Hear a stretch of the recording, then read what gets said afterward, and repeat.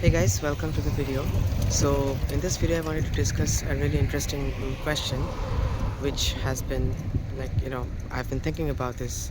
So this came up you know many of my colleagues in the lab and also in conferences. It's a very uh, it's a kind of philosophical question, although it's about statistical physics, and many physicists would be interested in this question as well. So the question is statistical physics just a tool? So what do I mean by a tool? Of course, in that sense, all of physics is a tool to study the real world. And like I always emphasize in my writings and my videos, it's a fact that's very important for us to remember that physics is not the real world. It's just a model of the real world. The more accurate the model is, the closer we are to the real world, of course. But for example, like I always say, the apple does not fall because of Newton's law. Newton's law is a model of gravity. General relativity is a better model. But coming back to the question of, is statistical physics just a tool, just a technique that we use, or is it a fundamental theory? The same way general relativity or quantum mechanics is a fundamental theory of the universe. That is a question which I think deserves some serious reflection, and it's not well, it may sound like a stupid question, but if you think about it, why this question matters is statistical physics starts from some postulates. For example, the postulate of equal probabilities. Then, for example, you have like the ergodic hypothesis. So these are all in some sense hypotheses, right? This is you start with hypothesis, and then the fundamental philosophy, the central philosophy of statistical physics is, when you have a large number of particles, sufficiently large number of particles, then what really survives? Because you cannot really use the microscopic physics. For example, you cannot really use the laws of quantum mechanics to study a huge macroscopic system.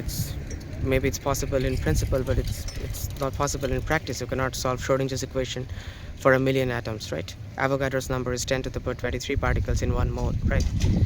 So for example, just to contrast, I'm just kind of trying to focus on two branches of physics right now. One is quantum mechanics, one is statistical mechanics. This will hopefully make it a bit more clear to you why even this question, that is statistical physics just a tool.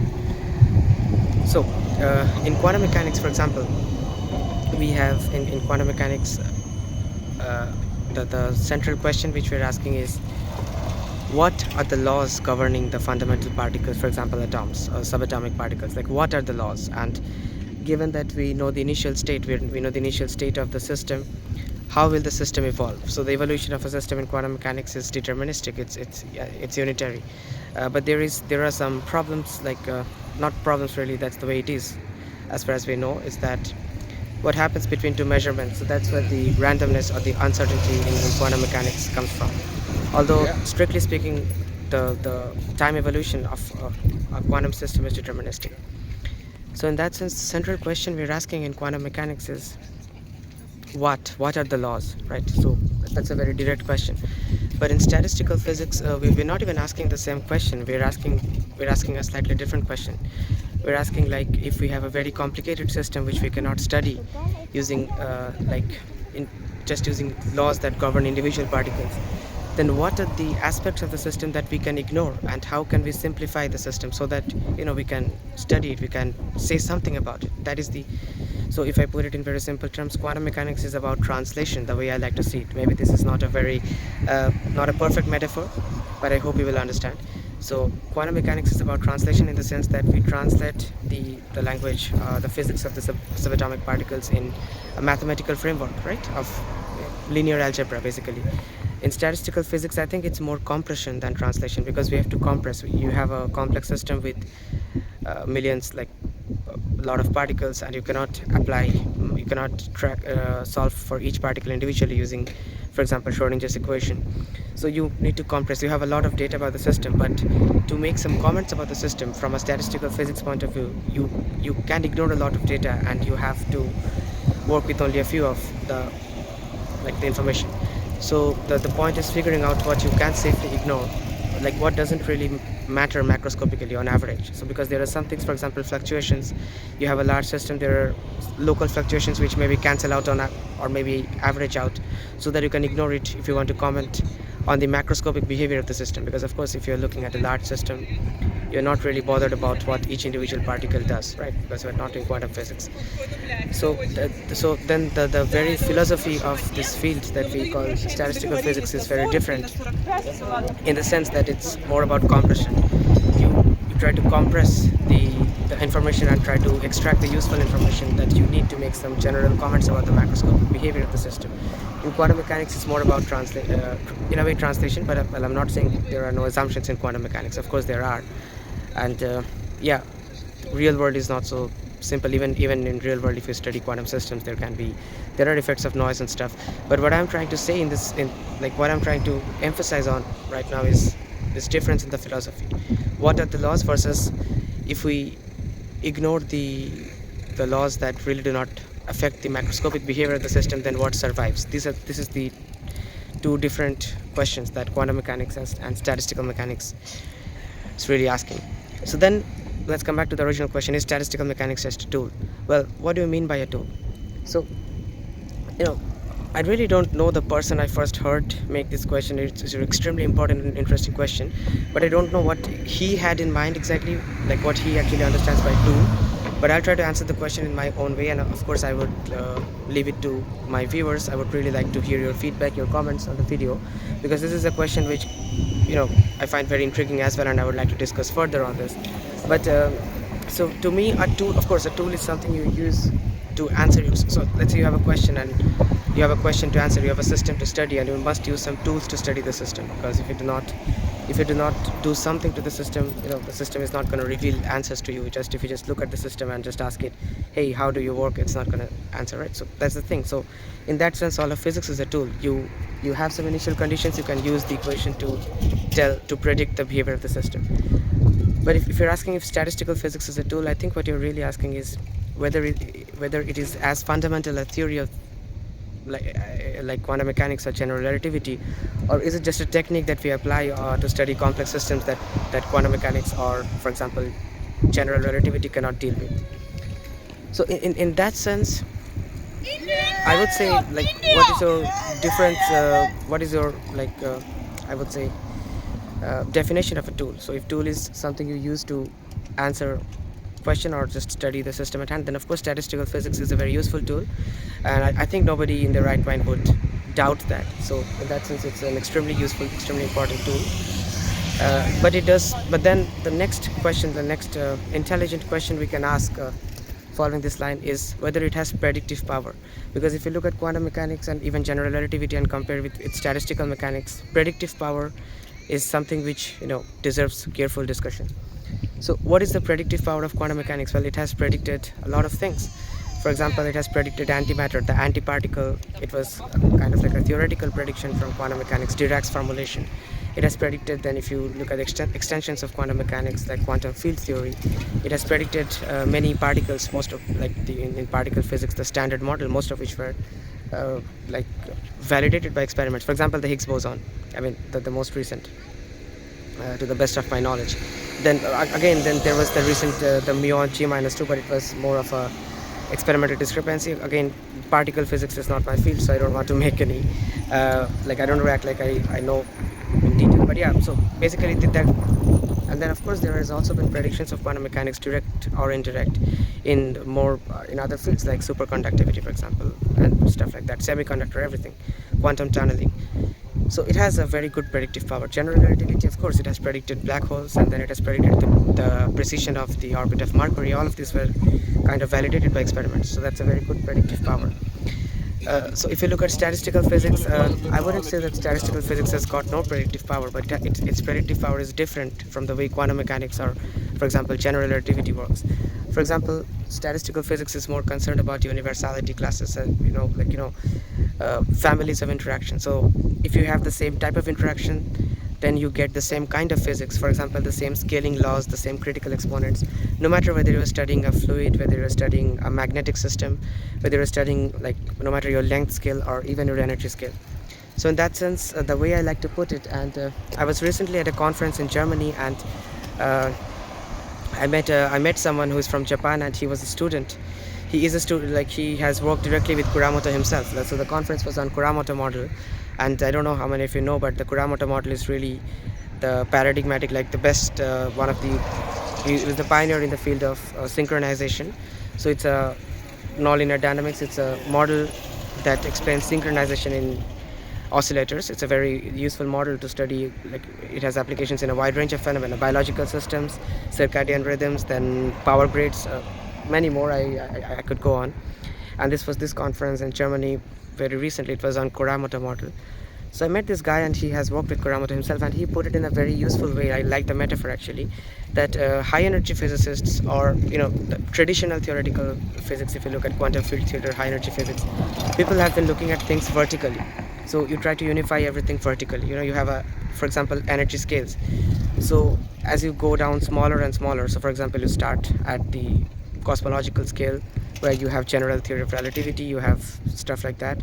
Then you have then as you try to go smaller and smaller, atoms, then subatomic particles, quarks. So at that level you have quantum mechanics, quantum field theory. So it's a very different physics, because if I try to put it that way, general relativity is background independent.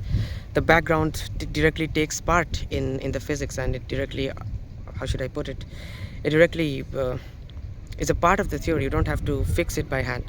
Quantum field theory, at least in the convention, the standard formulations, is background dependent, because you really look at particles, the exchange particles called bosons, and particles called fermions, and forces and stuff like that. Different interactions which we study using symmetry groups. But yeah, the background is kind of, you could say, everything is happening on a static background, which is a bad thing. If you look like, if you want a really fundamental theory, you don't want that. The background is kind of, I would say, ad hoc. And of course, I mean, in standard model there are many arbitrary parameters as well. So I mean, people are working on this, and there has been some recent advances as well, but I'm not an expert. But I know some of my colleagues, some of my friends, some people I know are working on this. But yeah, so far, like, people have been at it for several decades with no significant progress. That is also something which is true.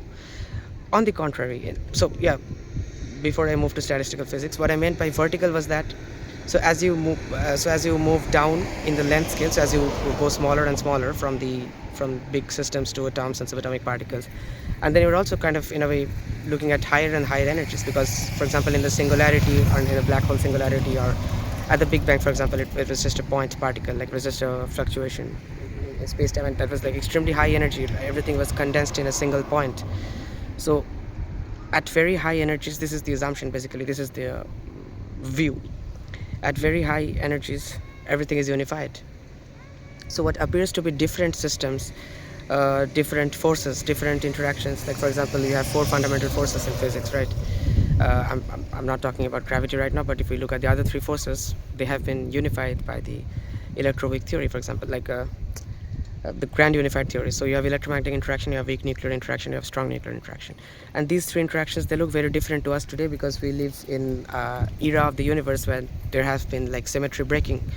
But as the grand unified theories propose, or they as they hypothesize, so if you go back in time when energies were much higher, then, like, basically, if you rewind the evolution of the universe backward in time, you would see that all these 3 forces unify into a single force. And some people claim that even if you go further back, like, even higher energies, even gravity would be. But these are, like, not all of these claims are experimentally validated, so I wouldn't call it established physics. But yeah, this is the standard view. And I mean, you don't really have to think about, like, supersymmetry or grand unified theories to get the idea. This is like, even if you look at very simple examples from everyday life, like, for example, the 3 phases of matter, water, like ice, water, and water vapor. So as you move to higher and higher energies, in that sense, or if we go the other direction, as you move to lower and lower energies, there is a symmetry breaking. So now, of course, symmetry breaking is a very important idea in physics, but what I'm talking about right now is more spontaneous symmetry breaking. I have discussed this idea, I think, in one of my previous videos, but I'll go over this quickly once again. So if you start with gas, which is like the highest energy among these 3 phases, because it's at high temperature, and if you cool it, then you have liquid, and finally you have solid. So what do we mean by symmetry breaking here is that if you look at like a very simple idea, you don't need to go into the technicalities, but even without going into technicalities, gas has continuous translational symmetry, because gas particle is free to move about, it's not constrained, so it can move about. And if you have sufficiently large number of gas particles in, let's say, sufficiently large volume, you cannot really distinguish, like, which is your left, which is your right, which is your front, which is your back. And if these gas particles are like just like ideal gas moving about, and over a long period of time the system will not change, because it's all random particles are colliding, moving about. But on average, if you look at the macroscopic behavior of the system, it's the same, nothing changes. So in that sense, it has continuous translational symmetry. The gas particles are free to move about in continuous space. A solid, well, the best model for solid is a lattice, and lattice has discrete translational symmetry because particles can only be at lattice points. Particles, if you're on a lattice, you must be in the lattice points. You cannot move in any direction, you cannot move any way you like. So in that sense, there is a symmetry breaking. Of course, lattice is also, it has periodicity, but in that sense it's a symmetry breaking. So which means that, for example, if you look at the universe now, as the universe has cooled down, of course the universe has expanded from the Big Bang, and it has cooled down. In the process, it has lost energy, like not lost energy, but like, because the conservation of energy does not apply to the universe as a whole, because it's an expanding system. So it doesn't have like this actually comes from Noether's theorem, conservation of energy, time symmetry. But yeah, as a whole, it's a bit difficult to comment like that. But the point is that as the universe has expanded, it has cooled down locally, and it has moved to more stable, let's say a lower energy state, and in the process symmetry is broken. So that's why we have 4 different forces today. This is a view.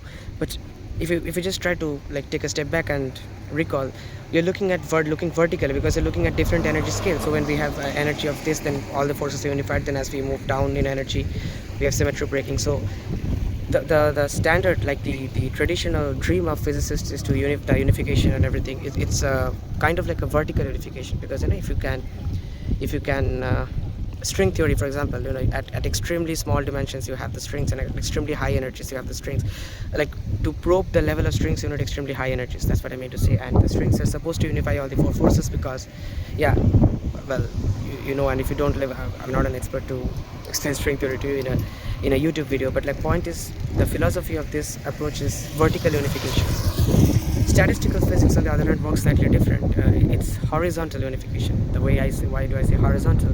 Because statistical physics only cares about the interactions in the system, and like that it doesn't care about the individual particles, whether it's a small particle, big particle.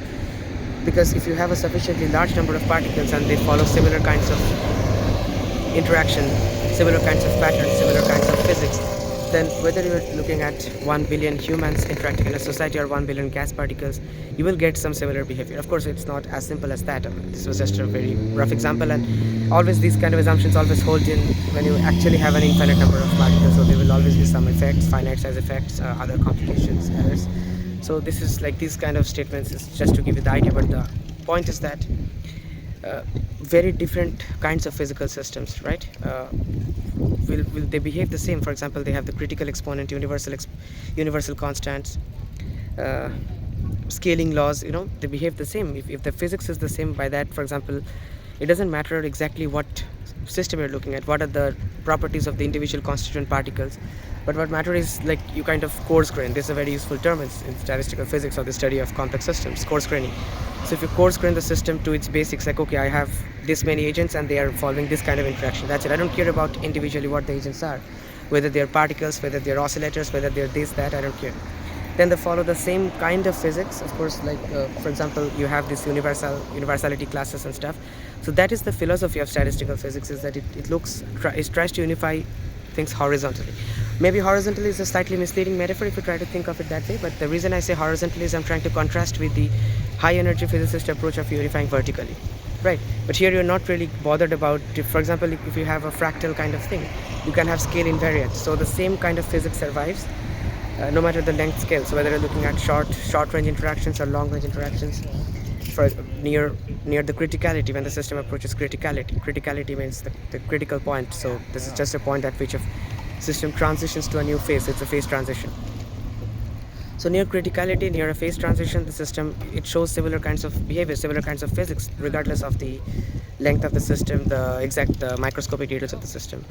So in that sense, it has a lot of predictive power. I mean, statistical physics, if you think about it, because it has predicted, for example, if you start very old, Brownian motion, Einstein's theory of Brownian motion, there has been experimental verification of that, of course. Bose-Einstein condensate is something that lies, like, it lies at the intersection of statistical mechanics and quantum mechanics, but yeah, it has been verified experimentally as well, of course. And then there has been many other great experimental validation of statistical mechanics, fluctuation dissipation theorem, for example, many others actually. But like I say, you sometimes get the same critical exponent, same scalings and stuff, and then you try to apply your model to some real world experimental data from some system, and you get similar very good agreement. That is also an experimental verification, but it's slightly different.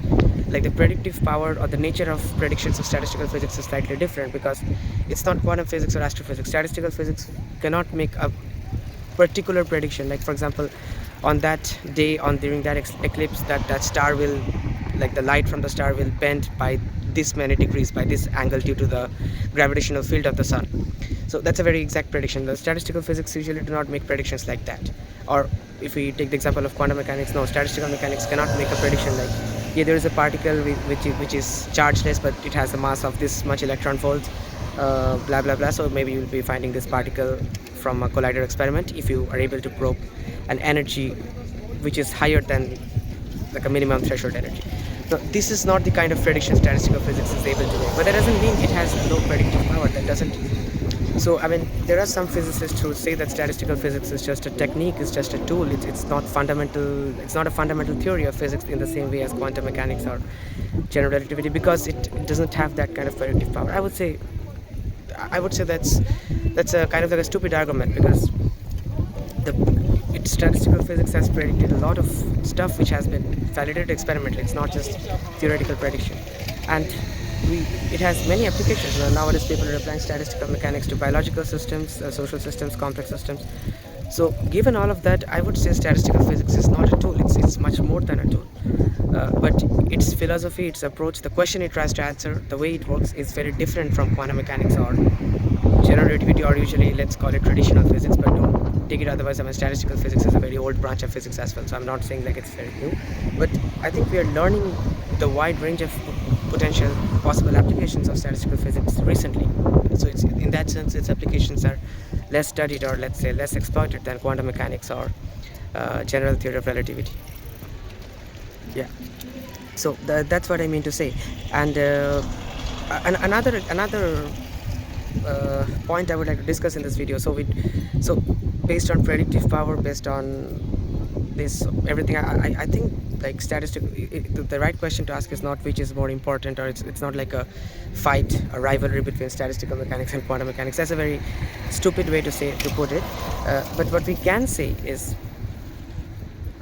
they try to answer different questions because they study very different systems. Quantum mechanics is asking what are the laws governing fundamental particles, and how can we build a mathematical framework, a robust mathematical framework to study, like to implement those laws on real systems. Like if we know the initial conditions, we can say how the system evolves, that kind of stuff. Usually quantum mechanics is just classical mechanics for quantum systems. You still have a law of motion, right? So general relativity, again, it's asking similar question. Of course, it's a very different theory than quantum mechanics, but it's asking the same question. Like at cosmological scales, if we start from, like for example, the principle of relativity, and then the equivalence principle, which are kind of, if you think about it, this started with hypothesis, right? It started with hypothesis, not with real experiments. Of course, there were experimental like kind of motivations from observations of real world systems, etc. Starting from there, you try to build a theory of gravity which is robust, which respects the principles of physics, which restores symmetry between reference frames. But the question you're trying to answer is the same, like what are the laws governing gravity? That's it. What is the law governing gravity? In statistical physics, you don't try to answer a question like, okay, what is the law governing this particular system? You say that when we have a very complicated system with many particles which we cannot really study individually, like particle by particle, then what is the minimum information I need, and what information can I ignore to make some comments about the system, like about the macroscopic behavior of the system, while ignoring the macroscopic details. So I think that's a very powerful approach, and so that is the fundamental difference, I think. But so the right question to ask is not whether statistical physics is just a tool and quantum mechanics is something fundamental. But I mean, if your definition of tool is, of course, something that can predict new phenomena and that can be used to answer the question, then all of physics is a tool. In that sense, yes, statistical physics is a tool, a very useful tool. Quantum physics is a tool. All of them are tools for different, you don't use the same tool for different purposes, right? So in that sense, yeah. But if you think quantum mechanics is a fundamental theory because it has predicted new phenomena successfully, and it has explained physics at one particular limit, like the subatomic limit. In that sense, statistical physics is as useful. In that sense, I would say statistical physics is also, it is, the main thing is its philosophy is different, but it's not lesser than, lesser in the sense if you just say it's a tool we use, but it's not real physics. I disagree, but of course these are, maybe we are moving a bit into linguistics and like how, what these terms mean to different physicists, or maybe even we're moving a little bit into the philosophy of physics. That's interesting in any case, but yeah, so that's what I think. And before I, like, finally, I would like to make one another comment, because this also came up when we were having this discussion, about physics, statistical physics, quantum physics. Is statistical physics a tool? So there is a, the debate was about data-driven modeling versus hypothesis-driven modeling. So in physics, like nowadays, of course, like all we're doing is building mathematical models. Quantum physics built a mathematical model of using the framework of linear algebra to explain the evolution of a quantum system. Quantum field theory exploited the mathematics of group theory, and it built a model for particle interaction. So in that sense, all of physics is basically mathematical modeling. But the question about hypothesis-driven modeling versus data-driven modeling is very important, especially in light of recent advances like machine learning and stuff. So recently I see that there is a trend about like data-driven modeling. People are crazy about it, and that's a good thing. But what people often misunderstand, especially the people who claim that data-driven modeling is the future, it's the way to go, it's in some sense superior to hypothesis-driven modeling. Hypothesis-driven modeling is old school physics, and data-driven modeling is the future. At least in my experience, some people have that view, and I think that's a stupid thing to say, because at the see, basically both are important. I'm not here to say that hypothesis-driven modeling is superior to data-driven modeling or the other way around. But I think hypothesis is something you cannot ignore, because we kind of have this bias, or let's say this perception, that data is ultimate. So when you have data from a real experimental system, it speaks for itself. It's like it's the end, like you cannot argue with data. That's true, but if you think about it, when you are collecting data from some system, whatever the system you have to be, you must be doing some experiments, you must be taking some measurements, and how you choose to measure the system, or rather what you choose to measure in the system, because in a complex system you can measure different things, which we call observables. You can measure different observables.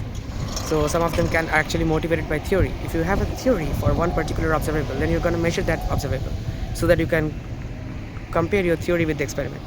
If you don't have a theory for an observable, then you're not going to measure it, even though measuring it might produce some interesting data. So even the data that you choose to measure and the method you use, the way you choose to measure that data, it has some bias, psychological bias. It is somewhat influenced by hypothesis. So my point is, you cannot really distinguish data-driven modeling and hypothesis-driven modeling cleanly, as if we have data, so we're trying to fit this data and find patterns within this data, analyze this data, so we're doing data-driven modeling, and you guys are starting from some theory, from some equation, and then you're trying to do some mathematical tricks on the equation, so you guys are doing hypothesis-driven modeling. There is no such clear divide. Of course, in the end, hypothesis modelers, we need data from the guys who are doing data-driven modeling to benchmark our theory, to see whether our theory actually works for real systems. And even the data-driven modeling guys, they have some biases. Call it psychological biases, call it the biases of their field, call it biases coming from, because if you have a theory for one particular observable, you're going to try to measure that observable. So they also have some, let's call it biases. So it's not really same thing. If you look at data-driven modeling and hypothesis-driven modeling, it's not really the I'm sorry. I'm at times I'm getting a little bit distracted because I'm filming in a public space, because I really like the background. But yeah, it's a road, so there are people passing and waving. So but anyway, the point is, you need to be very careful when you try to speak about data-driven modeling and hypothesis-driven modeling. I think it's not a question of which is superior or which is less superior, but it's a question of both, and how to use both, how to complement, because one complements the other. But personally, I would say, in that sense, statistical physics, if you look at it historically, it started from some hypothesis, ergodic hypothesis. It's an hypothesis. It's a very useful, but most real-world systems probably aren't ergodic, at least not effectively. You cannot tell that they're ergodic. But this ergodicity, the time average being equal to the ensemble average, and then this is like really a bit separate, but the link between the ergodic hypothesis and the postulate of equal probabilities. So this is how statistical physics began, and it's in a way all, and then it led to the theory of entropy, Boltzmann's characterization of entropy. So these are all hypotheses. Boltzmann didn't write S equals KB log W from data, but all these theories have been very useful to, like, for real world systems where you have data. So I think it usually starts with hypothesis, and even today, if you try to minimize the role that hypothesis plays in your system and only rely on data, that's good for some, for not maybe not always, but that's in general that's a good thing to do. But yeah, what I mean to say is that even when you say that you are doing data-driven modeling, you are not completely free of hypothesis. It usually starts with some hypothesis, and from that perspective, if you think about it, all most theories in physics usually start with some hypothesis rather than data, at least historically. So this question of data-driven modeling versus hypothesis-driven modeling is not really relevant to the question of statistical physics versus quantum physics, or is statistical physics a tool, that kind of thing. Using data to model is one as a tool. Using hypothesis to model is also another tool. There are different kinds of tool. In the same way, you know. So yeah. So I think in this video I gave you an idea of what I think about this question. Anyways, it's a very interesting question, and maybe I missed something. Maybe, of course, and every one of us are biased, so maybe I have some biases also. So I would like to, if I said something incorrectly, or maybe if you have a different view of this question, please comment below. I would like to hear your thought. But yeah, it's a question that deserves more thinking in general. So especially if you are in physics, whether you are doing statistical physics, nonlinear dynamics, physics of complex systems, or you are doing high energy physics, particle physics, whatever it is a question that we all of us need to think about, because at the end of the day, physics is about studying the real world. So yeah, you cannot ignore the question, right? You cannot just say that yeah, it's an interesting question mathematically or just from an abstract point of view, so we don't care whether it's a tool or whether it has any uses. If you were a mathematician, you could have said that, but if you identify as a physicist, you cannot say that, right? You have to think about this question, like what do we mean by data-driven not only data-driven versus hypothesis-driven modeling, but what do we mean by a tool as compared to a fundamental theory? Because what is a fundamental theory in physics? Like, how do we define fundamental? Nobody knows. I mean, there can be many possible answers, and there is no unique answer. That's what I mean to say. So anyway, it's a pretty long video, and I hope you enjoyed the video. So thanks very much for watching, and I'm looking forward to listening to your comments on this.